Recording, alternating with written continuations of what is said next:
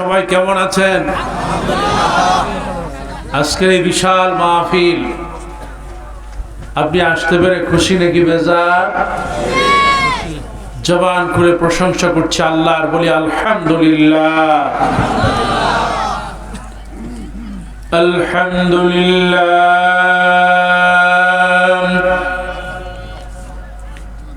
আলহামদুলিল্লাহ নাহমাদুহু ওয়া নাস্তাঈনুহু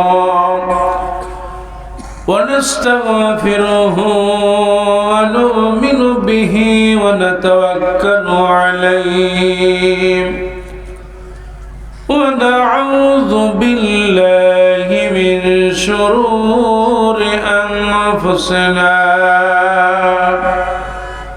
ومن سيئات أعمالنا من يهده الله فلا مضل له ومن يضلل فلا هادي له ونشهد أن لا إله إلا الله وحده لا شريك له ونشهد أن سيدنا ونبينا وحبيبنا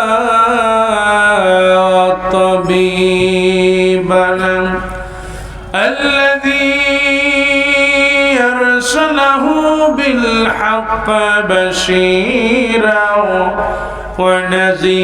ونذيرا وداعيا إلى الله بإذنه وسراجا منيرا فقد قال الله تعالى في القرآن العظيم أعوذ بالله من الشيطان الرجيم بسم الله الرحمن الرحيم إن الله وملائكته يصلون على النبي يا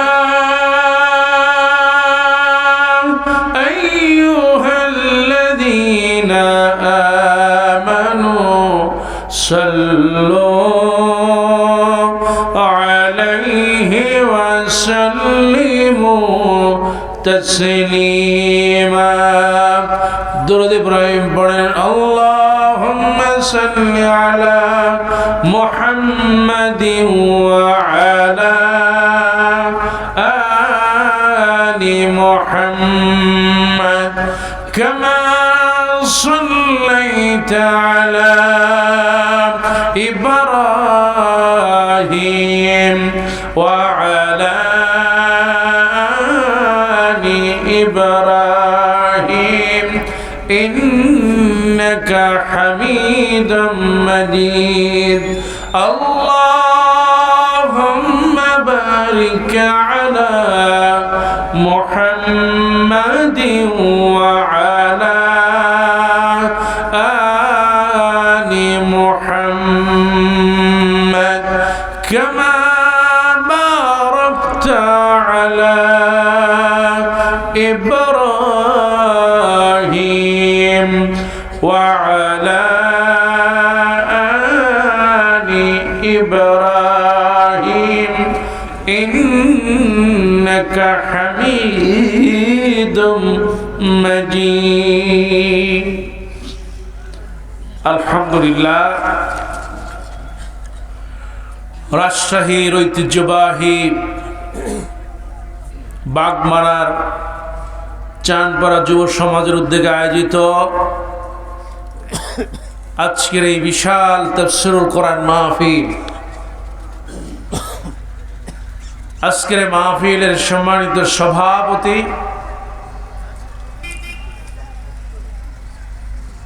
ভবানীগঞ্জ ক্লিনিক এর সম্মানিত পরিচালক, বাংলাদেশ জামাত ইসলামীর সম্মানিত নায়েবে আমির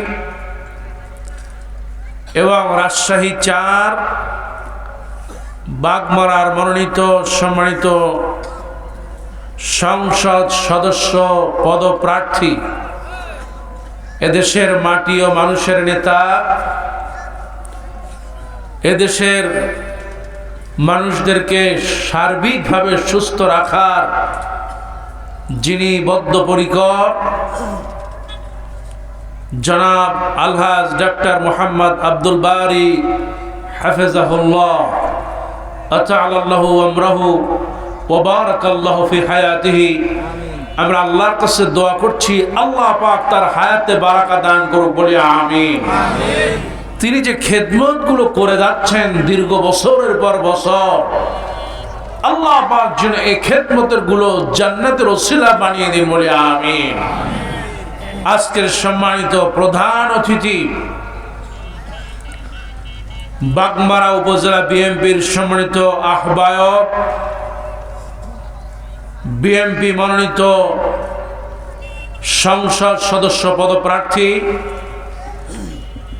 এদেশের আর এক জাতীয় বীর ডক্টর জি.এম. জিয়াউর রহমান জিয়া, দোয়া করছি তিনি যেই খেদমতগুলো করেছেন, ভালো কাজগুলো করেছেন, আল্লাহ পাক যেন তার ভালো কাজগুলো কবুল করেন, বলি আমিন। আজকের সম্মানিত আহ্বায়ক,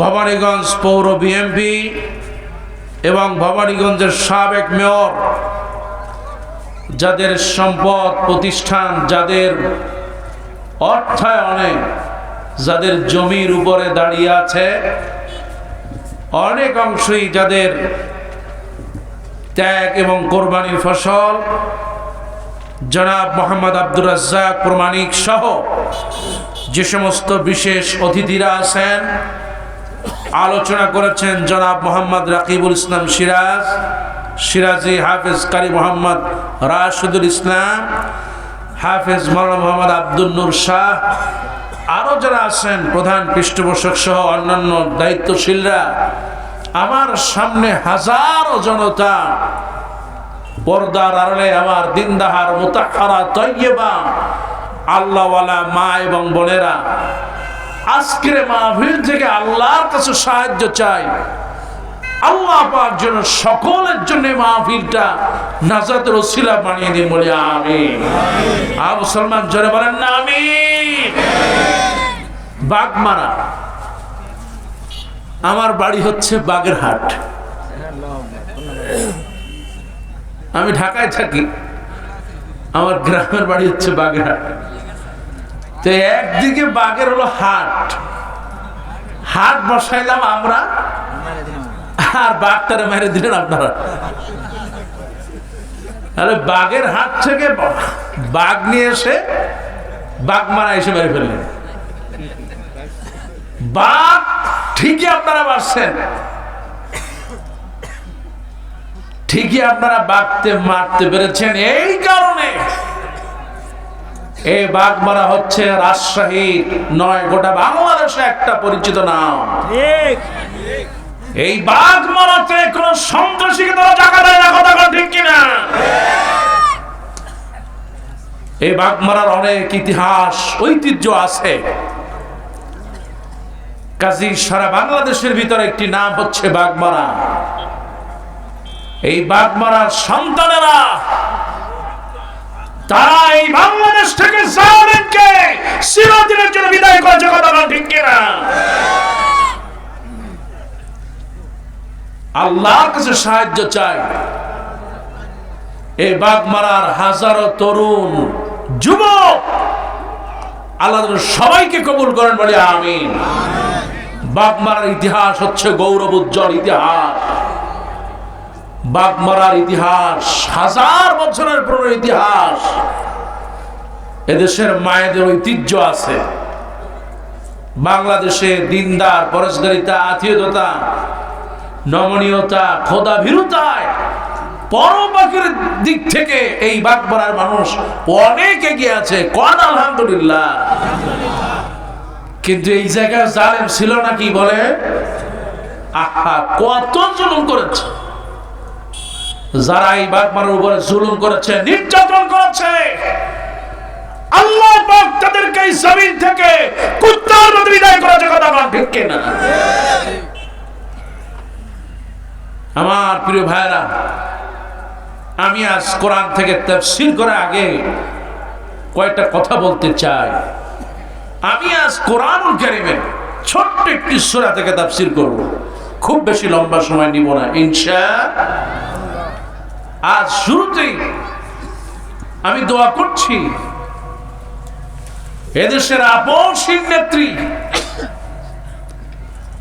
যিনি 4 দলীয় ঐক্যজোটের অন্যতম প্রধান ভূমিকা পালন করেছিলেন,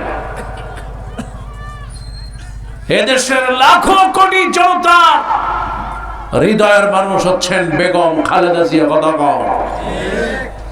তিনি আপসহীন নেত্রী। তার চোখের সামনে তার স্বামীর স্মৃতিময় ক্যান্টনমেন্টের বাসা তার চোখের সামনে গুড়িয়ে দিয়েছে। তিনি সেদিন চোখ থেকে পানি ঝরেছেন আর বলেছেন, আমি এর বিচার ওই আল্লাহর কাছে দিলাম, যিনি একদিন বিচার করবেন। বিচার করছেন নাকি করে নাই? শুধু তাই না, তার সন্তানটাকে আহারে জেলখানায় নিয়ে পিটায়া হাড্ডি ভেঙে ফেলল। চোখের সামনে ছেলেটা মরে গেল। ছেলে হারাস, স্বামী হারাস, সন্তানটাকে জেলে বন্দী করাস, তারপরে নিজে জেলে বন্দী থাকলেন। তারপরও জালিমের কাছে মাথা নত করে। তার বাড়ির সামনে যখন বালুর ট্রাক রাখা হয়েছিল, তিনি বলেছিলেন, সময় আসবে, আজকে যেই নির্যাতনার জুলুম চালাচ্ছে, আলেমদেরকে জেলখানায় ভরে রাখছে, আল্লামা সাঈদী সহ বড় বড় আলেমদেরকে জেলখানায় রেখেছে। কথা ঠিক কিনা? তিনি বলেছিলেন, সময় আসবে, কাঁদতে কাঁদতে চোখ অন্ধ হয়ে যাবে, ওই চোখ দিয়ে তাকানো লাগবে না। কথা কম। আজকে তাকায় দেখেন না স্বরাষ্ট্রমন্ত্রী, ওর চেহারার দিকে তাকাইলে মনে হয় কুত্তায় পায়খানা করছে। কথা কম। খালেদা জিয়ার দোয়া কবুল করলেন কে? মুসলমান জয় বলো কে? শুধু তাই না, কোরআনের পাখি আল্লামা সাঈদী বলেছিলেন, সময় আসবে এমন পালাবার মতো ইন্দুরের জায়গা পাবে না। কথা কম ঠিক কিনা? আমাদেরকে আগাবাদী বলো, আমাদেরকে বলো মৌলবাদী। উপরে থাকো, আগায় আসো, ভালো থাকো, ফলমূল খাও, কোনো অসুবিধা নাই, বেশকি মারবা না। খবরদার বেশকি মারবা না। যদি বেশকি মারো, 18 কোটি জনগণ মিলে এবং সাক্ষী দিব, মামু বাড়ি দিল্লি গিয়ে বলবো। কথা কম। পালায়া গেছে কোথায়? দিল্লি গেছে। দুনিয়ায় আর কোথাও জায়গা হলো? কোরআনের পাখির কথাও মিলে গেছে, বেগম খালেদা জিয়ার কথাও মিলে গেছে। কত কম। চিন্তা করেন, খুব বেশি সময় লাগে, কেমনে আল্লাহ পাক উল্টাই দিলেন। কোন সুবহানাল্লাহ। আবার ভাইরা, শুরুতে দোয়া করছি বেগম জিয়ার জন্য, কারণ তিনি সব জাতীয় নেতৃবৃন্দকে ভালোবাসতেন, মোহাম্মত করতেন। আল্লামা সাঈদী, কামাল উদ্দিন জাফরি তাদেরকে বড় ভাইয়ের মতো সম্মান দিতেন। কাজেই আমাদের ইতিহাস হলো ঐক্যের আর ভালোবাসা। আমি আশা করছি এই বাগমারা যারাই জাতীয় আসনে নির্বাচন করছেন, পরস্পর ভাইয়ের মতো মিলে থাকবেন ইনশাআল্লাহ। আমাদের কোনো হিংসা নাই, কোনো বিদ্বেষ নাই। জনগণ যাকে দেবে তাকেই সংসদে পাঠাবেন, কথা বল। তবে মনে রাখতে হবে, অটো পাস করার, সিল মারার, ব্যালট বাক্স ছিনাই নেওয়ার দিন কিন্তু শেষ। কথা কন ঠিক কিনা? আমরা খুনি হাসিনা স্বৈরাচারের মতো ব্যালট বাক্স নিয়ে পালাতে দেব না। আমরা লক্ষ কোটি জনতা এই ব্যালট বাক্স পালানোর কথা ঠিক কিনা? জনগণ যাকে সমর্থন করবে সেই পার্লামেন্টে যাবে ইনশাআল্লাহ। আল্লাহর কাছে সাহায্য চাই, আল্লাহ তুমি কবুল করো বলে আমিন। আজকের যিনি সভাপতি আছেন, দুই এক কথা না বললেই নয়। এই বাপমার এমন কোন ঘর নাই যেই ঘরের ভিতরে তার হাতে লেখা প্রেসক্রিপশন নাই। কথা কথা ঠিক কিনা? 16টা ইউনিয়ন, 2টা পৌরসভা, এদেশের 3 লক্ষাধিক মানুষের কাছে প্রিয় একজন মানুষ, কোরআনের পাখি আল্লামা সাইদি তাকে ভালোবাসতেন। সুবহানাল্লাহ। এই পৃথিবীর বিখ্যাত বড় বড় আলেমরা তাকে ভালোবাসেন। কাজে আপনারা যদি তাকে একটু ভালোবাসেন, আগামীতে এই বাংলাদেশ হবে কোরআনের বাংলাদেশ, ইসলামের বাংলাদেশ হবে। কথা বল ঠিক কিনা? তিনি যে খেদমত করছেন মানুষের দেহ মন সুস্থতার জন্য, আল্লাহ তার এই খেদমতকে কবুল করুন বলে আমিন। এই পোস্টারে যাদেরই নাম আছে প্রত্যেকের খেদমতকে আল্লাহ বারাকা দিয়ে ভরপুর করুন বলে আমিন। তাকে আর বেশি সময় বসায় রাখবো না, অনেক লম্বা সময় বসেছিলেন। দোয়া করবেন আল্লাহ পাক যেন ভালো মানুষদের দ্বারা জাতীয় সংসদের মাধ্যমে কোরআনকে এই বাংলাদেশে দ্বীনের জন্য, ইসলামের জন্য কবুল করেন বলে আমিন। আসুন আমরা শয়তানের ওয়াসওয়াসা থেকে মহান আল্লাহ সুবহানাহু ওয়া তাআলার কাছে পানা আছে। শুরু করছি, পড়ুন সবাই। আউযু বিল্লাহি মিনাশ শাইতানির রাজীম। বিসমিল্লাহির রাহমানির রাহিম। ওয়াল আসরি ইন্নাল ইনসানা লাফি খুসর ইল্লাল্লাযীনা আমানু ওয়া আমিলুস সালিহাত ওয়া তাওয়াসাউ বিল হাক্কি ওয়া তাওয়াসাউ বিস সাবর। একটু জোরে বলেন সুবহানাল্লাহ। আমার কোরআনুল কারীমে সর্বকনিষ্ঠ দিক দিয়ে যতগুলো সূরা আছে, আল্লাহ রাব্বুল আলামিন ছোট্ট একটা সূরা নাযিল করলেন। আমার আল্লাহ রাব্বুল আলামিন 3টি আয়াত দিয়ে একটি মালা গাঁথলেন, আর এই মালাটা মানুষের গলায় পড়ায় দিয়া আল্লাহ পাক একটা টিন টিন করা ঘড়ি দিয়ে দিলেন। ওই ঘড়িটা বন্ধ হয়ে যাবে, দুনিয়া থেকে মানুষ চলে যাবে। কথা বল ঠিক কিনা? আল্লাহ রাব্বুল আলামিন বলেন ওয়াল আসর। সূরা সূরা এতই মর্যাদাপূর্ণ আর এতই গুরুত্বপূর্ণ, ইমাম শাফিঈ রাহমাতুল্লাহ আলাইহি বলেন আল্লাহ রাব্বুল আলামিন যদি 114টা সূরা নাযিল নাও করতেন, সূরা সূরা নাযিল করলে জাতির জন্য, উম্মার জন্য যথেষ্ট হয়ে যেত। সুবহানাল্লাহ।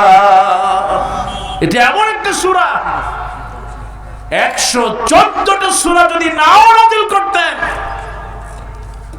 আল্লাহ পাক সূরা আসর নাযিল করলে যথেষ্ট।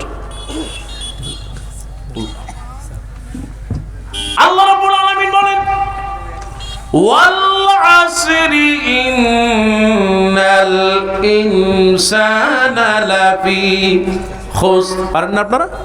পড়েন সবাই। ওয়াল আসরি ইন্নাল ইনসানা লাফি খুসর ইল্লাল্লাযীনা আমানু ওয়া আমিলুস সালিহাত ওয়া তাওয়াসাউ বিল হাক্কি ওয়া তাওয়াসাউ বিস সাবর। আল্লাহ রাব্বুল আলামিন এই সূরার শুরুতে প্রথমে একটা কসম করলেন, সুবহানাল্লাহ। আমার আল্লাহ পাক কসম করলেন সময়ের, কারণ সময় পৃথিবীর শ্রেষ্ঠ একটা দামি সম্পদ। সময় আছে বলে আমি মানুষ, আর সময় যখন থাকবে না আমার পরিচয় মানুষ থাকবে না, আমার পরিচয় হয়ে যাবে লাশ। পরিচয় কি? লাশ। এখন আমি মানুষ, আজ রাতেই যদি মরে যাই সকালবেলা আমার নাম হবে, নাম থাকবে না, একটা লাশ। ঠিক কি না? আমার আল্লাহ পাক কসম করলেন। আল্লাহ পাক আপনার মর্যাদা বোঝানোর জন্য কসম করেছেন, কারণ এই পৃথিবীতে কেউ যখন কসম করে আল্লাহর রাস্তে, বাবা আমি এটা করি নাই, আল্লাহর কসম করলাম। স্বামীকে বলা হয়, স্ত্রী বলে অবশ্যই আমি আল্লাহর কসম করে বলি আমি এই কাজটা করি নাই। মানুষ অধিক সত্যতা বোঝানোর জন্য, অধিক বিশ্বাস করার জন্য কসম করে। এবার আল্লাহ পাক অধিক বোঝানোর জন্য সময়ের কসম করলেন। সুবহানাল্লাহ। সময় পৃথিবীর শ্রেষ্ঠ সম্পদ। সময়। এই যে মায়েরা প্যান্ডেলে বসে আছে, কারো চুল পাকা, কারো চুল কাঁচা। সময় আছে বলে চুল কাঁচা আছে, সময় যখন থাকবে না পাকা হয়ে যাবে। সময় আছে বলে আমি বেঁচে আছি, সময় আছে বলে আমি আজ এখনো দুনিয়ার অধিবাসী। সময় যখন থাকবে না, দুনিয়ায় আমি থাকবো না, কবরে আমার বাসিন্দা হয়ে যাবে। আমার ভাইয়েরা, ও আমার মায়েরা, আমার আল্লাহ রাব্বুল আলামিন কসম করেছেন কোরআনুল কারীমে অনেক জায়গা। আল্লাহ রাব্বুল আলামিন সূরা আসরের ভিতরে সর্বপ্রথম কসম করলেন সময়ের। এই সেই সময়ের কসম, কারণ মানুষের জীবন থেকে প্রতিটা সময়ে, প্রতিটা সেকেন্ড সময় চলে যাচ্ছে না যেন কবর তার সামনে চলে আসতেছে। ও আমার ভাই, আপনি চিন্তা করেন, আপনি যদি এই জায়গা থেকে রাজশাহীতে চলে যান, এক একটা স্টেশনের পরে এক একটা স্টেশন, একটা সময় কিন্তু আপনার গন্তব্য ওই রাজশাহীতে আপনি পৌঁছে যাবেন।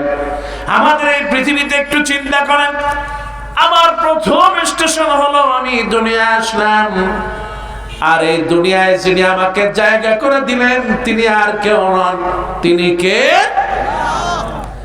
আল্লাহ পাক বলেন, কাইফা তাকফুরুনা বিল্লাহি ওয়া কুনতুম আমওয়াতান ফাহিয়াকুম সুম্মা ইউমীতুকুম সুম্মা ইউহয়ীকুম সুম্মা ইলাইহি তুরজাউন।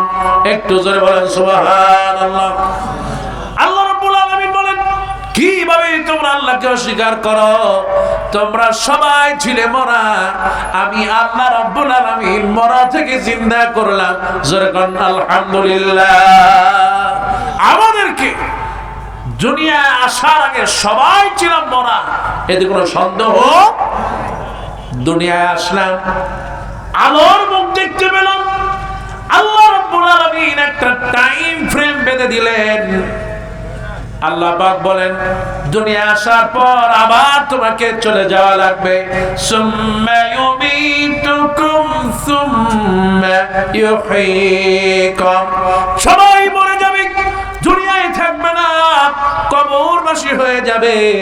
সুম্মা ইলাইহি তুরজাউন। আল্লাহর কাছে ফিরে যেতে হবে, এতে কোনো সন্দেহ নেই।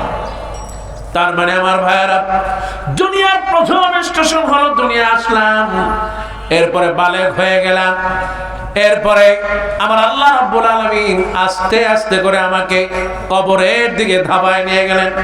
আমার ভাইয়েরা, আমি যখন মিশরে ছিলাম, মিশরে আমি যখন ছিলাম এই সময়ের গুরুত্ব দিত না। ফেরাউন ছিল, ফেরাউন কখনো সময়ের গুরুত্ব দেয় নাই, বরং ফেরাউন বলেছে আনা রাব্বুকুমুল আ'লা, আমি সবচেয়ে বড় রব। কিসের আবার আসিয়ার রব, কিসের আল্লাহ, কিসের রব মূসা, আমি তো সবচেয়ে বড় রব।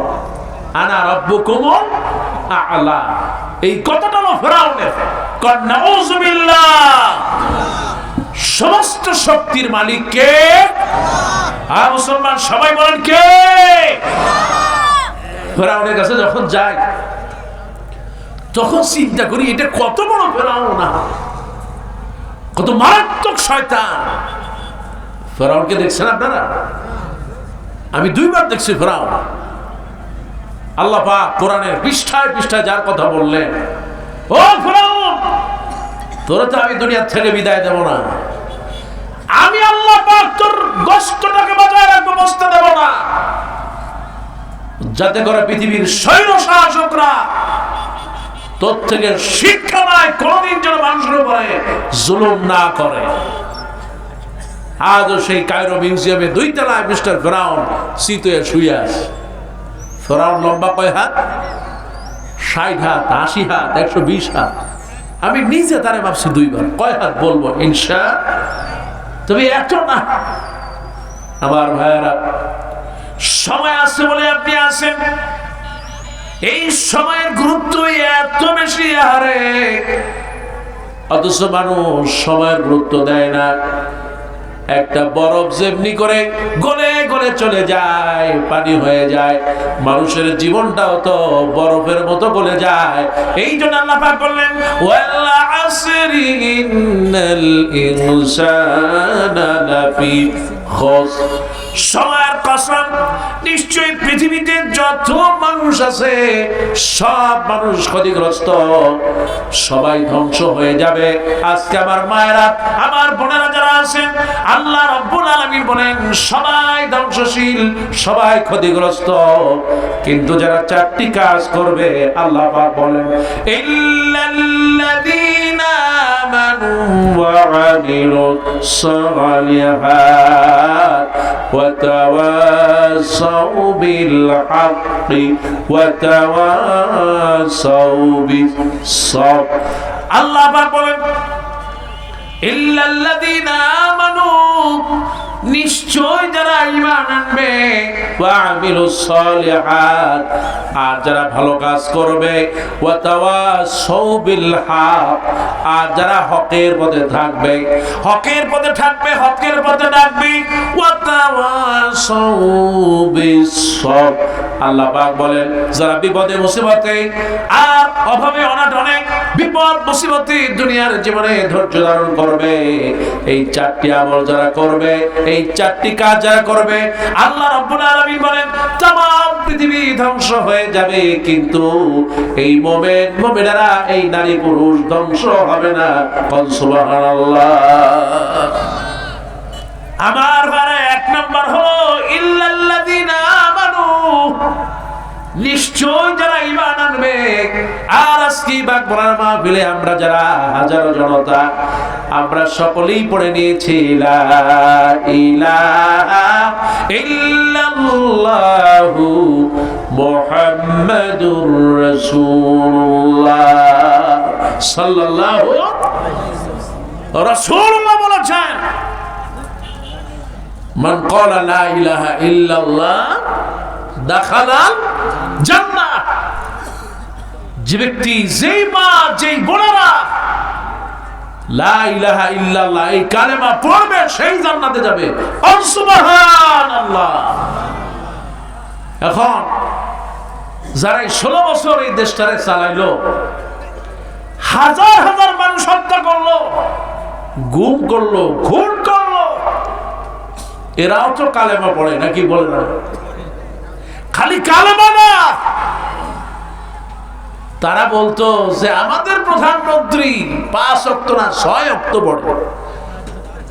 আমি কি ভাই রে ভাই, আল্লাহ খুলে 5 ওয়াক্ত, সব সাহাবীরা নবীজি 5 ওয়াক্ত পড়লেন আর তারা 6 ওয়াক্ত পাইল কই? কয় হুজুর আপনি বোঝেন না? বুঝি না, 5 ওয়াক্ত তো পড়তই, আর তাহাজ্জুদ কোনদিন কোন রাতে মিস যাইত না। আমি কি মাশাআল্লাহ, তাহলে তো ভালো জায়গায় সে মুরিদ হইছে। এমন এক জায়গার সে মুরিদ হইল যেই কপাল কাবা ঘরের ভিতরে গিয়ে সেজদা দিল,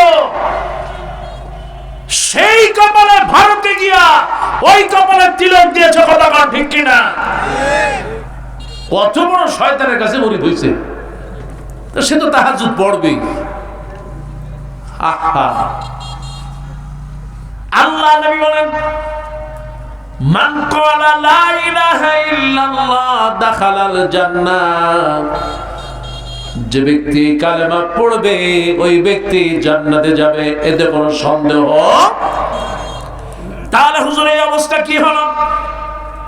আমার এই দেশে যারা কালেমা পড়ে অনেকে আবার আল্লাহর বিরোধিতা করে, আবার আল্লাহর নবীকে গালি দেয়। কথা বলার আছে না নাই?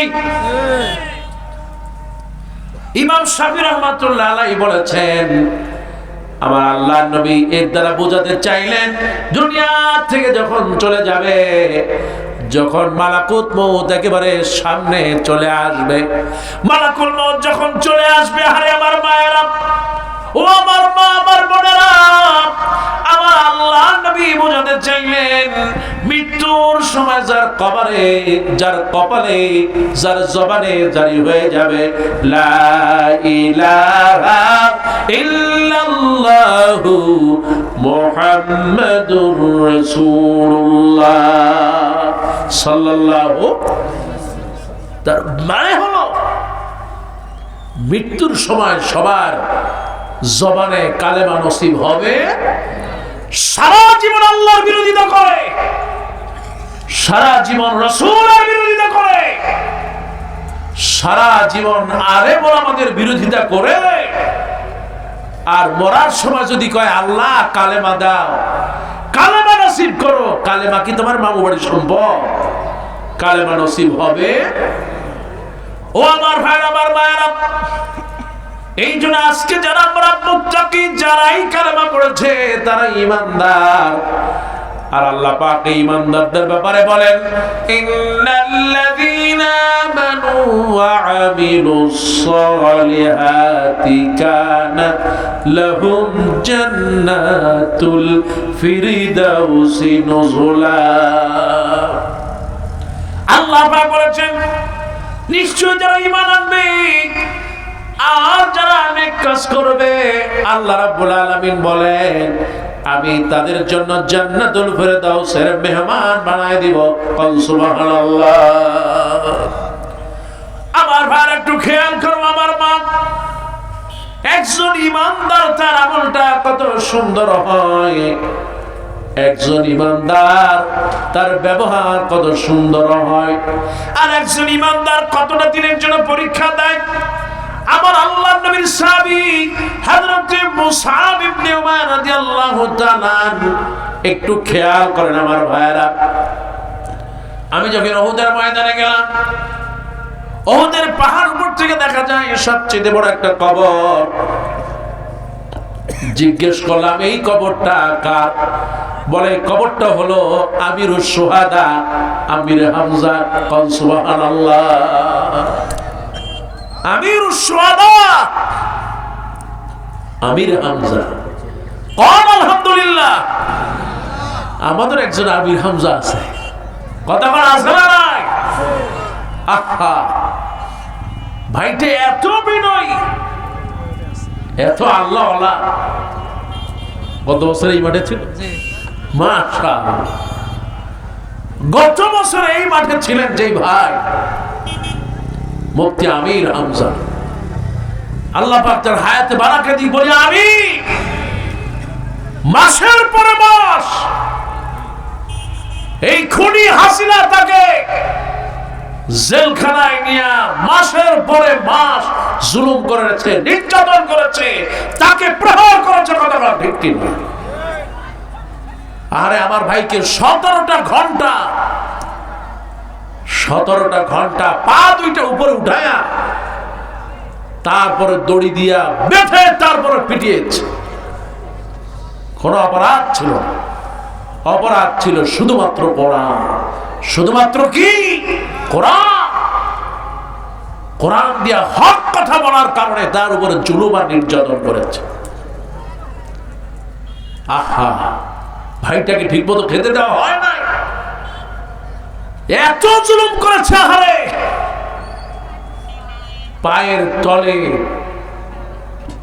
তারপরে লাঠি দিয়া দিনের পর দিন পিটিয়েছে। ওরা চেয়েছিল আল্লামা সাঈদীর মতো করে আমির হামজাকেও বিদায় করবে, কিন্তু রাখার মালিক কে? মুসলমান জোরে বলেন কে? আজকে পৃথিবীতে সবচেয়ে মুসলমানেরা বেশি খুশি হতো যদি কোরআনের বাণী আল্লামা সাঈদী বেঁচে থাকতেন। কথা বল ঠিক কিনা? আহা, ওরা বুঝতে পেরেছে যে ওদের আর সময় নাই। কাজী আল্লামা সাঈদীকে যে কোনো হোক বিদায় করা লাগবে। যদি বিদায় না করি তাহলে আমাদের পায়ের তলায় আর মাটি থাকবে। তাকে দুনিয়ার থেকে বিদায় করা হলো। আহা, মুফতি আমির হামজা এদেশের লাখো কোটি জনতার সম্পদ, কোরআনের পাখি। তার কোনো অপরাধ ছিল না, কিন্তু এখন অনেক অপরাধ। কারণ তিনি এখন একটি সংগঠন থেকে, জামাত ইসলামী থেকে এমপি প্রার্থী। কেন? এই জন্য সবাই জ্বলে পুড়ে সারখার হয়ে যায়। কথা বল ঠিক কি?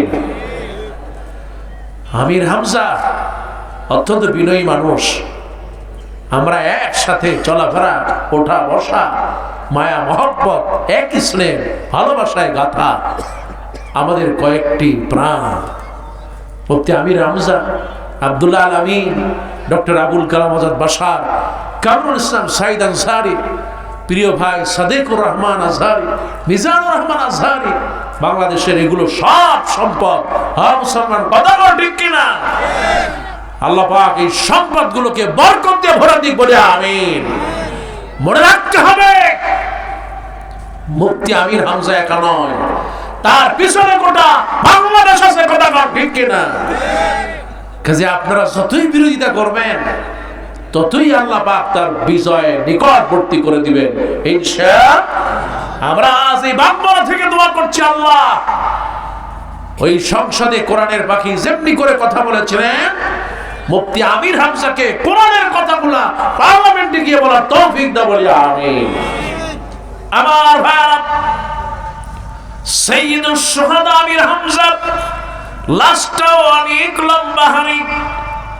আমি যখন জিজ্ঞেস করলাম তার পাশের লাশটা কার, ওই কবরটা কার, বলল এই কবরটা হলো আমার আল্লাহর নবীর সাহাবী হযরতে মুসআব রাদিয়াল্লাহু তাআলা। আল-ইসাবা ফি তামাইয়ুজ সাহাবা, 8 খণ্ডের বড় কিতাব খুঁজতে লাগলাম। কে এই মুসআব ইবনে উমাইর? অনেক বড় একটা কিতাব। হারে, মুসআব ইবনে উমাইরের জীবনী যদি আপনি পড়েন, যদি কেউ নিরিবিলি পড়তে পারে, তার জীবনী পড়লে চোখ থেকে পানি না ফেলায় পারবে না। এই সেই মুসআব ইবনে উমাইর, বাবা ছিল না, মায়ের ঘরে লালিত পালিত হয়েছে। হারে, এত ধনী ঘরের সন্তান ছিলেন মুসআব রাদিয়াল্লাহু তাআলা। প্রতিদিন একটা করে নতুন জামা গায়ে দিতেন। আজকে যে জামাটা গায়ে দিতেন কালকে আর পরতেন না। প্রতিদিন একটা নতুন জামা, তার মানে 365 দিনে মুসআব ইবনে উমাইর 365টা জামা গায়ে দিতেন। এই সেই মুসআব এখনো ইসলাম কবুল করে নাই। এই সেই মুসআব, এত ধনী করে সন্তান। আহারে, এত দামি আতর ব্যবহার করতেন এই মুসআব। আরে, আমি যখন মদিনায় গিয়েছি আতর কেনার সময় মনে পড়ে যায়, এই মুসআব যখন আতর মেখে রাস্তা দিয়ে হেঁটে যেতেন, ঘ্রাণ যদি কেউ পেত বলা যেত এটা আর কেউ নয়, মুসআব রাস্তা দিয়ে হেঁটে যায়। যুবকরা খেয়াল করো, ও বাগমারার যুবকরা, এই মুসাব রাস্তা দিয়ে যখন হেঁটে যেত, একজন নয়, দুইজন নয়, শত শত যুবক তার পিছনে ছুটত। এই সেই মুসাব রাদিয়াল্লাহু তাআলা, বাবা নাই কিন্তু সম্পদের কোনো অভাব নাই, কিন্তু আমার আল্লাহ রাব্বুল আলামিন যখন তাকে নূর দিলেন, আমার আল্লাহ রাব্বুল আলামিন যখন তাকে হেদায়েত দিলেন, যখনই তিনি পড়ে নিয়েছেন লা ইলাহা ইল্লাল্লাহু মুহাম্মাদুর রাসূলুল্লাহ সাল্লাল্লাহু আলাইহি ওয়াসাল্লাম, মুসাব যখন এই কালেমা পড়ে নেয়, আহারে মুসাব কালেমা পড়ার সাথে সাথে মায়ের চেহারাটা বদলে গেল। আহারে এই মুসাবকে এবার বাড়ির সামনে গাছের সাথে শিকল দিয়ে বাঁধা হলো, তার খাবার বন্ধ করে দেওয়া হলো। সপ্তাহ পেরিয়ে যায়, মুসাবের পেটে কোনো খাবার যায় না। আরে মুসাব, তুই কি করেছিস রে? আহারে তুই তো আমার বংশের ঐতিহ্য নষ্ট করে দিয়েছিস। তোর বাবা নাই, আমি তো তোকে বুকে নিয়ে কোলে পিঠে বড় আশা নিয়ে মানুষ করেছি, আর তুই যখন একটু বড় হয়েছিস ওই মুহাম্মাদের ধর্ম গিয়া কবুল করলি। ওরে মুসাবরি, তোর কোনো ক্ষমা নাই। মুসাবরি, তুই তোর নবীর ঘর ছাড়, তুই তোর নবীর পিছনে ছেড়ে দে, তোকে আমি তোর হাত খুলে দেব, আবার ঘরে তুলব, আমিও আমার সন্তান, আমি তোকে আবার সেই দুলালের মতো তোর সাজায় রাখবো। মুসাব ইবনে উমাইরের শিকল দিয়ে হাত বাঁধা, পা বাঁধা, শিকল দিয়ে গায়ের সাথে গাছের সাথে, পেটে খাবার নাই, শুকিয়ে কঙ্কালের মতো হয়ে গেছে মুসাব। এবার বলতেছে, গো মা, এই তামাম পৃথিবীর সমস্ত সম্পদ যদি তুমি আমাকে দিয়ে দাও, আর যদি আমাকে এই পৃথিবীর যা কিছুই তুমি দাও না কেন রে মা, আমি তোমার ঘর ছাড়তে পারি মা, আমি আমার যত সম্পদ আছে সব ছেড়ে দিতে পারি, কিন্তু বাগো যেই নবীর কাছে আমি কালেমা পড়েছি ওই নবীর মোহব্বত থেকে আমি দূরে সরতে পারবো না। আল্লাহর নবীর সাহাবী হযরত মুসা রাদিয়াল্লাহু তাআলা, এবার মায়ের মন, হারে পৃথিবীর সব মায়ের মনটাই নরম থাকে, কারণ এই পৃথিবীর শ্রেষ্ঠ একটা শব্দ হলো মা। জোরে বলেন কি? ও আমার ভাইরা, আপনারা হজ করতে যান, পবিত্র কাবার গিলাফ ধরেন, ওই মক্কাতুল মুকাররমা, ওই যে মক্কায় যান, ওই মক্কার প্রথম অক্ষরটা হলো ম। প্রথম অক্ষর কি? ওই মদিনাতুল মুনাওয়ারায় চলে যান, মদিনার সর্বপ্রথম অক্ষর হলো। ও আমার ভাইরা, আমার মায়েরা, আপনি মসজিদে সালাত আদায় করতে যান, মসজিদের প্রথম অক্ষর হলো। আমার ভাইরা, আমরা পরিচয় দিই, আমরা হিন্দু নয়, বৌদ্ধ নয়, খ্রিস্টান নয়, আমরা সবাই হলো মুসলমান। সবাই কি বলে? আমরা সবাই মুসলমান। আর এই মুসলমানের প্রথম অক্ষরটা হলো কি? ও আমার ভাইরা, আমার মায়েরা, খেয়াল করো, আমার মায়েদের কি আল্লাহ পাক এত মর্যাদা দিয়েছে। এই মক্কার যদি মিম না থাকে, মদিনার যদি মিম না থাকে, আর মুসলমানের যদি মিম না থাকে, আর মসজিদের যদি মিম না থাকে, ম না থাকে, তাহলে মক্কা থাকবে না, মদিনা থাকবে না, মসজিদ থাকবে না, মুসলমান থাকবে না। আজকে আমার মায়েদেরকে আমার আল্লাহ পাক এত মর্যাদা দিয়েছে, আমার পৃথিবীর শ্রেষ্ঠ শব্দ হলো মা। জোরে বলেন কি? আর জোরে বলেন, শ্রেষ্ঠ শব্দ হলো মা। এই মায়েদের মর্যাদা দিয়েছেন কে? দুনিয়ার সব মায়েরা তার সন্তানকে ভালোবাসে, মা ফর্সা, কিন্তু সন্তানটা যদি কালো হয় তবু মায়ের কাছে এই সন্তানটা একটা চাঁদের আলো। সুবহানাল্লাহ। আরে মায়ের মমতার ভালোবাসা এত বেশি, মুসাবকে এতদিন না খাওয়া রেখেছে, আর মুসাবকে এত কিছু বলার পরও মুসাব যেন আর ফেরে না। মায়ের মন নরম হয়ে গেল, ছেলের কষ্ট আর মা সইতে পারে না। এবার মা গোসল করে আসলেন আর মুসাবের হাতের বাঁধন খুলে দিলেন আর বললেন, মুসাব রে, আমি তো বাবা তোরে অনেক কষ্ট দিয়ে ফেলেছি, আমি তো বুঝতে পারি নাই তোর ঈমানটা এত মজবুত, আমি তো জানি নাই। ওরে বাবা, তুই তো কোনো খারাপ জায়গায় যাস নাই, আমি গোসল করে এসেছি রে মুসাব, তোর নবীর কাছে আমাকেও নিয়ে যা আর পড়ায় দে লা ইলাহা ইল্লাল্লাহু মুহাম্মাদুর রাসূলুল্লাহ সাল্লাল্লাহু। মা ইসলাম কবুল করলেন, সন্তান করলেন। আমার আল্লাহর নবী, বিশ্ব নবী মুসাবকে বললেন, মুসাব রে, মদিনায় চলে যাও। মদিনায় সর্বপ্রথম যিনি রাষ্ট্রদূত হলেন, ইসলামের রাষ্ট্রদূত, তিনি আর কেউ নন, তিনি এই মুসাব। মদিনায় সর্বপ্রথম আযান দিলেন, মদিনায় সর্বপ্রথম খুতবা দিলেন, মদিনায় জুমার নামাজ পড়লেন সর্বপ্রথম এই মুসাব। মদিনাতে ইসলাম প্রচারের বাতি যিনি জ্বালালেন, তিনি এই মুসাব। শত শত সাহাবীকে ইসলামের পথে, কোরআনের পথে নিয়ে আসলেন এই মুসাব।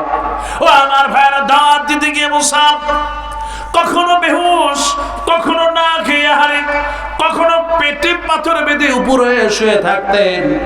এত কষ্ট করেছেন মুসাব। আমার ভাইরা, আমার মায়েরা, আপনারা জানেন একজন সাহাবী 70টা তালি দিয়ে জামা গায়ে দিত। মদিনা যাওয়ার পর অভাবের জীবন, তিনি আর কেউ নন, আল্লাহর নবীর সাহাবী হযরত মুসাব। মদিনায় ইসলাম প্রচার প্রসার হতে লাগলো। আমার আল্লাহর নবী মদিনায় গেলেন, বিশ্ব নবী মদিনায় গেলেন। এবার সাহাবীদেরকে বললেন, উহুদের দামামা বেজে উঠেছে, ও সাহাবীরা, নাম লেখাও, কে কে যুদ্ধে যাবে। টাকা পয়সা জমা করো। মহিলারা নাকের ফুল, কানের দুল, গলার বালা, হাতের বালা মহিলারা খুলে দিন, স্তূপ হয়ে গেল। আমার আল্লাহ নবী, বিশ্ব নবীর সাহাবীরা নাম লেখাতে থাকলেন। এক নম্বরে যিনি নাম লেখালেন, তিনি আর কেউ নন, হযরত জাবেরের পিতা আব্দুল্লাহ। আমার আল্লাহ নবী, বিশ্ব নবী রাহমাতুল লিল আলামিন, কালেমার পতাকা ধরলেন। কালেমার পতাকাটা হাতে নিয়ে আমার আল্লাহ নবী, বিশ্ব নবী রাহমাতুল লিল আলামিন কালেমার পতাকা ওই আল্লাহ নবীর সাহাবী হযরতে মুসাবের হাতে দিয়ে দিলেন। ও মুসাবে, তুমি প্রথম মদিনায় এসেছিলে মুসাব, এই কালেমা তোমার হাতে আমি দিয়ে দিলাম রে মুসাব। ও মুসাব, এই কালেমা জমিনে ফেলবে না, তোমার অনেক কষ্ট হতে পারে, তারপরেও এই কালেমার পতাকা উঁচু করে রাখবে। যুদ্ধ শুরু হয়ে গেল উহুদের ময়দানে। আমার আল্লাহর নবীর সাহাবী হযরত মুসাব কালেমার পতাকা নিয়ে সামনের দিকে আগাচ্ছেন। আরে কাফির বেঈমানদের হত্যা করে সামনের দিকে আগায়। হঠাৎ করে একটা তরবারির আঘাত মুসাবের ডান হাতটা কেটে গেল। কালেমার পতাকার ডান হাতে ধরতে পারলেন না। আল্লাহর নবীর সাহাবী মুসাব কালেমার পতাকা বাম হাতে করে উঁচু করে রাখলেন। আল্লাহু আকবার। ডান হাত কেটে গেল, রক্ত ঝরতেছে। কালেমার পতাকা ছাড়লেন না, বাম হাত দিয়ে উঁচু করে ধরে রাখলেন। আবার কত দূর চলতে লাগলেন, ইসলামের বিজয় হবে। হযরত মুসাব কালেমার পতাকা বাম হাতে নিয়ে অনেক দূরে যেতে লাগলেন। হঠাৎ করে আরেকটা তরবারির আঘাত আসলো গো মা। বাম হাতটাও পড়ে গেল, কিন্তু মুসাব কালেমার পতাকা ছাড়লেন না। কিতাবের ভিতরে আসছে আল ইসাবা ফি তামাইয়ুস সাহাবা, সাহাবীদের জীবন চরিত্রের ভিতরে কিতাবের মধ্যে বর্ণনা করেন আমার আল্লাহর নবীর সাহাবী মুসাব রাদিয়াল্লাহু তাআলা ডান হাতটাও কাটা, বাম হাতটাও কাটা। আমার আল্লাহর নবীর সাহাবী দুই দাঁত দিয়া কামড়ায়া কালেমার পতাকা উঁচু করে ধরলেন, জমিনে পড়তে দিলেন না। দুই হাত দিয়ে রক্ত ঝরতেছে হারে, তারপরও সামনের দিকে চলে যায় মুসাব। অনেক দূর চলে গেল, বিজয়ের দ্বার প্রান্তে পিছন দিক থেকে কে যেন আসলো, আর এই কাঁধের উপরে একটা তরবারি আঘাত বসায় দিল। আল্লাহ নবীর সাহাবী মুসাব দাঁড়াতে পারলেন না, তিনি বসে পড়লেন। আমার আল্লাহ নবীর সাহাবী বসে পড়লেন, কালেমার পতাকা ছাড়লেন না। পাশে যেই সাহাবী ছিলেন, সাহাবীর হাতে কালেমার পতাকাটা দিয়ে দিলেন, আর বললেন, ওগো আল্লাহর বান্দা শোনো, আল্লাহর নবী যদি বেঁচে থাকে বলবে আমি সব দিয়ে দিয়েছি, কিন্তু আমি মুসাব আমার ওই রবের কালেমার পতাকা জমিনে আমি পড়তে দেই নাই। আল্লাহ নবী কখনো হুঁশ কখনো বেহুশ। উহুদের ময়দানে আল্লাহ নবীর দন্দান মোবারক শহীদ হয়ে যায়, আর নবীজির কপালের রক্তে উহুদ রক্তাক্ত হয়ে যায়। আবার নবী যখন হুঁশ আসলো জিজ্ঞেস করেন, ও সাহাবীরা আমার মুসাব কোথায়? আল্লাহ নবীর সাহাবীরা বলেন, ইয়া রাসূলুল্লাহ, ইয়া হাবিবাল্লাহ, মুসাব তো এমনি করে কালেমার পতাকা নিয়ে তারপরে শহীদ হয়ে গেছে। আমার আল্লাহর নবী পাগলের মতো দৌড়ে আর সামনে চলে যায়। কই রে মুসাব রে কই? নবীজি দেখলেন মুসাব হারে, ডান হাত কাটা, বাম হাত কাটা, আরে গলাটাও কাটা পড়ে আছে। নবীজি চোখের পানি ছেড়ে দিলেন আর বললেন, ও সাহাবীরা, তোমরা মুসাবের দাফন কাফনের ব্যবস্থা করো। আল্লাহর নবী স্বয়ং কবরের ভিতরে নামলেন, নবীজি নিজে জানাজার নামাজ পড়ালেন, আর কবরের ভিতরে নবীজি নিজে নামলেন। সাহাবীদেরকে বললেন, ও সাহাবীরা, মুসাবের লাশটা নিয়ে আসো। চারজন সাহাবী, আল্লাহর নবীর শ্রেষ্ঠ সাহাবী, হযরত মুসাবের লাশটা ধরে নিয়ে আসতেছেন, কাঁধের উপরে বহন করে নিয়ে আসতেছেন। তার একজন হযরতে আবু বকর, আর একজন হযরতে ওমর, পিছনে একজন হযরতে ওসমান, আর একজন হযরতে আলী। যেরকম সুবহানাল্লাহ, চারজন শ্রেষ্ঠ সাহাবী মুসাব ইবনে উমাইরের লাশটা কাঁধে করে নিয়ে আসছে। আল্লাহ নবী কবরের ভিতরে নামা সাহাবীদেরকে বলল, সাহাবীরা, মুসাবের লাশটা আমার হাতে দাও। নবীজি যখন লাশটা চাইলেন, সাহাবীরা বললেন, ইয়া রাসূলুল্লাহ, ইয়া হাবিবাল্লাহ, ওগো আল্লাহর নবী, আপনি মুসাবকে কেমনে কবরে রাখবেন? বলে, কি হয়েছে, কারণটা কি? বলে, ইয়া রাসূলুল্লাহ, ইয়া হাবিবাল্লাহ, মুসাবকে আপনি কেমনে কবরে দেবেন? তাকে তো আর একজনের কাপড় দিয়া তারপরে তার ঢেকে নিয়ে আস। বলে, কাপড়টা সরায় দাও। কাপড়টা সরায় দেওয়া হলো। এবার আল্লাহ নবীকে সাহাবীরা বলতেছেন, ইয়া রাসূলুল্লাহ, ইয়া হাবিবাল্লাহ, মুসাবের কাফনের কাপড় এতই কম, যদি পা ঢেকে দেই মাথা খালি থাকে, আর যদি মাথাটা ঢেকে দেই তাহলে পা খালি থাকবে। মাথা ঢাকলে পা খালি থাকে, আর পা ঢাকলে মাথা খালি থাকে। আবার আল্লাহ নবী কবরের ভিতরে দাঁড়ায় দাঁড়ায় ফোপায় ফোপায় কাঁদলেন। আর এই কি সেই মুসাব প্রতিদিন একটা করে নতুন নতুন জামা গায়ে দিত। আজকে ইসলাম কবুল করার কারণে, আজকে মজবুত ঈমানের কারণে আমার আল্লাহ রাব্বুল আলামিনকে ভয় করার কারণে আজকে কি এই সেই মুসাব দৈনিক একটা জামা গায়ে দিত, আর আজকে মুসাব দুনিয়া থেকে চলে যাচ্ছে, মুসাবের কাফনের কাপড়টুকু পরিপূর্ণ নাই। আল্লাহ নবী কাঁদতেছেন, সাহাবীরাও কাঁদতেছে। নবীজি জীবনে 4 বার সবচেয়ে বেশি কেঁদেছেন। কিতাবের ভিতরে আসছে আল্লাহ নবী কাঁদতে কাঁদতে দাড়ি ভিজে পানিগুলো কবরের ভিতরে পড়ছে। আল্লাহ নবী আর একবার কেঁদেছেন। আহারে, বিশ্ব নবী রাহমাতুল্লিল আলামিন তার স্ত্রী মা খাদিজাকে সবচেয়ে বেশি ভালোবাসতেন। এই সেই খাদিজা, আমার আল্লাহ রাব্বুল আলামিন যাকে সালাম জানিয়েছেন তিনি আর কেউ নয়, আল্লাহ নবীর স্ত্রী খাদিজা। নবীজি গুহার ভিতরে, আহারে মা খাদিজা খাবার নিয়ে ওই পাহাড়ের উপরে বেবে আল্লাহ নবীকে দিয়ে আসতেন। মা খাদিজা পাহাড় বেয়ে উঠতেছে, আর একজন রমণী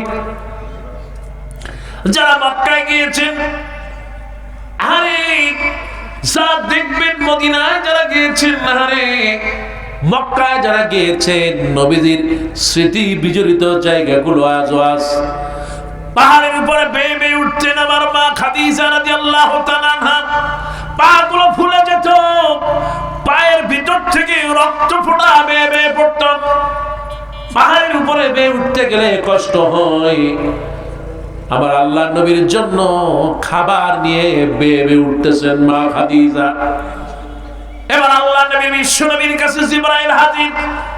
ওগো আল্লাহ নবী, ওই যে আসতেছে একজন বিদুষী তাপসী রমণী, একজন মুতাহারা তৈয়বা। নবী আপনি একটু তাকায় দেখেন। আল্লাহ নবী গুহা থেকে মাথাটা বের করে দেখলেন ওই একজন মহিলা আসতেছে। জিবরাইল বলেন, ইয়া রাসূলুল্লাহ উনজুর উনজুর ইয়া রাসূলুল্লাহ। হাদিসে ঠিক এভাবেই আসে, উনজুর, আপনি তাকায় দেখেন। সুবহানাল্লাহ। জিবরাইল যখন হাত দিয়ে দেখতেছে, ইয়া রাসূলুল্লাহ দেখেন ওই যে আসতেছে খাদিজা। সুবহানাল্লাহ।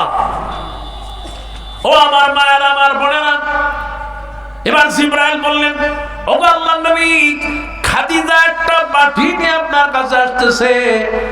ওই বাটির ভিতরে কিছু রুটি আর কিছু ডাল, কিছু পানীয়, কিছু পনির আপনার জন্য নিয়ে আসতেছে।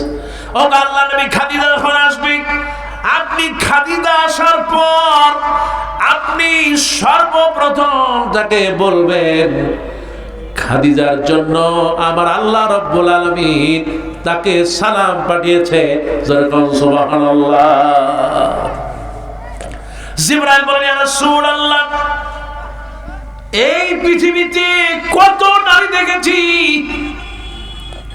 খাদিজার মতো কাউরে পাই নাই। ওগো আল্লাহর নবী, খাদিজা যখন আসবে আপনি বলবেন, আমি জিবরাইল খাদিজাকে সালাম জানিয়েছি। আল্লাহ সালাম জানান, খাদিজাও সালাম জানান। সুবহানাল্লাহ। আল্লাহ সালাম জানিয়েছেন, জিবরাইল জানিয়েছেন মা খাদিজাকে। খাদিজা রাদিয়াল্লাহু তাআলা আনহাকে বলেন, খাদিজা আজকে তো তোমার কপাল খুলে গেছে। সুবহানাল্লাহ। ইয়া রাসূলুল্লাহ, কি হয়েছে? আমি আবার কি কোনো অপরাধ করলাম? বলে না খাদিজা, আমার আল্লাহ তোমাকে সালাম দিয়েছেন। সুবহানাল্লাহ। ও খাদিজা, জিবরাইলও সালাম দিয়েছে। খাদিজা বলতেছেন, ইয়া রাসূলুল্লাহ, আমি তো মানুষ, মহিলা মানুষ, কেমনে সালাম দিব জানি না। আপনি আমার পক্ষ হয়ে আল্লাহ এবং জিবরাইলকে সালাম দিয়ে দেন। সুবহান। এই মা খাদিজাকে আল্লাহ নবী এত ভালোবাসতেন। নবীজি মা খাদিজাকে এত মহব্বত করতেন। আরে মা খাদিজা যতদিন ছিলেন আমার আল্লাহর নবী দ্বিতীয় বিয়ে করেন নাই। এই সেই মা খাদিজা রাদিয়াল্লাহু তাআলা আনহা দুনিয়া থেকে বিদায় নিয়ে গেছে। মসজিদে নববীর ভিতরে আল্লাহ নবী দুইটি হাত তুলে দিয়েছে। রব্বুল আলামিন, ওগো আল্লাহ, আমার খাদিজাকে মাফ করে দাও। আল্লাহ নবী বলেছেন, আমার খাদিজাকে মাফ করে দাও। ফুবায় ফুবায় কাঁদতেছে। পিছনে হযরতে আম্মা জান আয়েশা, আম্মা জান আয়েশা হাত তুললেন, বললেন হাবিব। এবার যখন নবীজি মুনাজাত শেষ হয়ে গেল, আম্মা জান আয়েশা বলেন, ইয়া রাসূলুল্লাহ, ইয়া হাবিবাল্লাহ, আপনি বৃদ্ধ একজন নারীকে বিয়ে করেছেন, অথচ তিনি দুনিয়ায় নাই, তার জন্য আপনি কাঁদতেছেন, এমন কি ছিল তার ভিতরে? আম্মা জান আয়েশা যখন এই কথা বলেন, নবীজি চোখ থেকে আরো পানি বের করে দিলেন। আরে ও আয়েশা, তোমরা তো সবাই আমার সুখের দিনের স্ত্রী, কিন্তু খাদিজা ছিল আমার দুঃখের দিনের একমাত্র স্ত্রী। সুবহানাল্লাহ। আর এই কাবার সামনে আমাকে যখন কাফের বেঈমানেরা গরুর নারী ভুঁড়ি দিয়ে আমাকে ঢেকে রাখতো, আমাকে যখন জুলুম আর নির্যাতন করত, ওই খাদিজা ঘরে থাকতেন না, দৌড়া এসে আমাকে সহযোগিতা করতেন। জোরে বলেন সুবহানাল্লাহ। আমার আল্লাহ নবী বিশ্ব নবী রাহমাতুল লিল আলামিনের কাছে একটা গলার মালা এনে নবীকে দেওয়া হলো। নবীজি গলার হারটা দেখে হাউমাউ করে কাঁদলেন। সাহাবীরা জিজ্ঞেস করলেন, ইয়া রাসূলুল্লাহ, ইয়া হাবিবাল্লাহ, আপনি তো জীবনে কোন সম্পদের জন্য কোনোদিন কাঁদেন নাই, কিন্তু আজকে আপনার চোখে পানি দেখতেছি। ইয়া নবী, ও আল্লাহর নবী, একটা হারের প্রতি আপনার এত আকর্ষণ হয়ে গেল, আপনাকে কি এই দুনিয়ার সম্পদের মোহে আপনাকে পেয়ে গেল? হাতটার কি অবস্থা পছন্দ হয়েছে কি আপনার? আমার আল্লাহর নবী বিশ্ব নবী রাহমাতুল লিল আলামিন বলেন, সাহাবীরা, তোমরা তো চিনতে পারো না, এটা হলো আজ থেকে 25 বছর আগে যে আমার স্ত্রী খাদিজা চলে গিয়েছে। এই 25 বছর আগে আমি খাদিজাকে যে গলার হার দিয়েছিলাম, আজকে 25 বছর পর আমার সামনে হাতটা চলে আসলো। ওই গলার হার দেখে আমি আর স্ত্রী থাকতে পারি নাই, আমার চোখে পানি চলে আসছে। জোরে বলেন সুবহানাল্লাহ। ও আমার ভাইরা, এবার যখন আল্লাহর নবী কবরের ভিতরে, সাহাবীদেরকে বলল, সাহাবীরা, মুসাবের লাশটা আমার কাছে দাও। আমার আল্লাহর নবী মুসাবের লাশটাকে কবরে রেখে যতটুকু কাপড় ছিল মাথার অংশ ঢেকে দিলেন, আর ওই মরুভূমির ঘাস দিয়া তার পা ঢেকে দিয়া জান্নাতে পৌঁছায় দিলেন। জোরে বলেন সুবহানাল্লাহ। হে যুবকেরা, একজন সাহাবী মুসাব ইবনে উমাইর আল্লাহর জন্য, দ্বীনের জন্য সব কিছু বিলিয়ে গেছেন। দুনিয়াতে যা করেছেন আল্লাহর সন্তুষ্টির জন্য। কাজে আমাদের সকলের রব তিনি কে?